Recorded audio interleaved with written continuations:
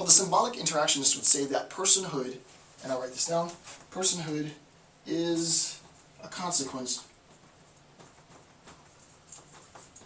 of our, and that means everybody,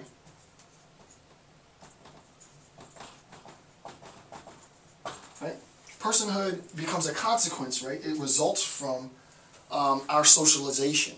Socialization is the process of creating persons, right? And that sounds a bit hokey, right? And it's a little technical, but the question is, well, what's the point of socialization, right? The point of socialization is to create persons. Well, people already exist. Well, that was a misunderstanding, right? We're not talking about the biological fact of, our embodiments. That's not what we're talking about when we're talking about personhood, right? When we're talking about personhood, we're talking about the rights, we're talking about the observances, we're talking about the interaction, the ability to sort of exchange in this dialectic process of self-identification and the identification of others. This idea of personhood is itself a consequence of the process of socialization. This idea of socialization can become a bit complicated, right? And it should be distinguished from another idea, which is also a sociological idea. It doesn't really have too much to do with symbolic interactionism, but anytime individuals talk about socialization, most of the time you'll hear some discussion on assimilation, right? A-S-S-I-M-I-L-A-T-I. Assimilation, right? These are not interchangeable. Socialization and assimilation are not interchangeable. There's a lot of overlap between socialization and assimilation.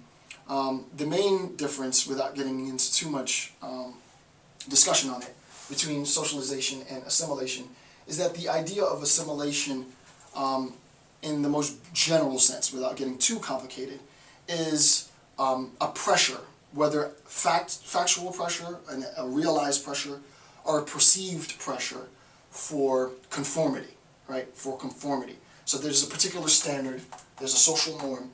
That social norm dictates a certain set of behaviors or a certain look or a certain physiological type.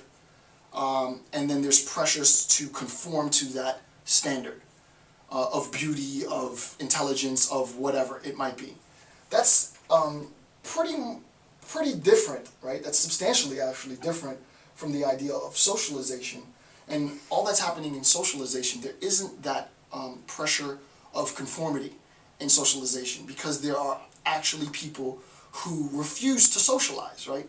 And we typically look at people who refuse to socialize as delinquents, as criminals, as as outcasts, and so on, right? So the process of socialization isn't something that's guaranteed. People can fail the process of socialization, and there are consequences for a failure to socialize. That discussion of socialization only makes sense according to the symbolic interactionist. I'll erase some of this now. That discussion of socialization only makes sense to the symbolic interactionist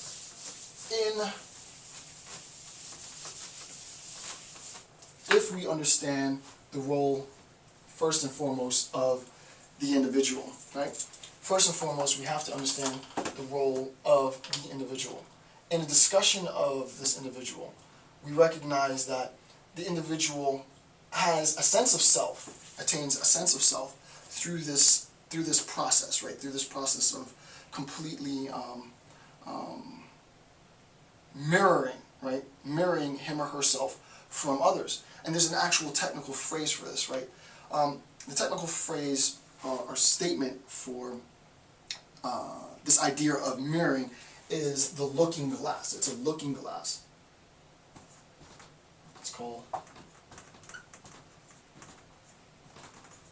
This idea of sort of bouncing information of my sense of self, my identity within a community or a social setting, it's like a check and balance almost. I think I see myself as X. Let me find out if others see me as X as well. And this looking glass concept, right, is a reciprocal concept. It happens both for me and for the other individual. I enter into I'm born into, Heidegger would say, I was already given into this, right? But I'm born into this nexus of social connection, right? I'm born into this world of connection. This world is comprised of many individuals. I come to understand a sense of self based on mirroring the way I perceive myself against the way that others perceive me. If my perception of myself mirrors the way that others perceive me, then I've validated my self-perception, my self-concept, right? So for example, if you're really, really handy, you happen to be a really handy person around the house or whatever, and you can build really well, you can paint really well, you can fix things really well, and you think of yourself as a very handy person, and you go out into society and people are telling you, hey, you're really handy, you're a very handy person, you're very good with your hands, you're very good. Well, you've sort of verified that, yeah, my idea that I'm a handy person has been verified in society. My idea that I am a great artist might be a little bit different, right? You know that you're handy because you've built something. You know that you're a good artist. Well, I feel like I'm a good artist. I've painted a really good piece, or I've composed a really good piece of music, or whatever it might be. That's the concept that I have of myself. I go out into the world and I ask for validation. Hey, am I a good artist? And people say yes or no. There's a whole discourse that goes into sort of art criticism and so on and so forth. But I'm not going to get into that now. And it is this association, this mirroring, that allows me to have an understanding and a validation, more importantly, that I do have a proper understanding of myself.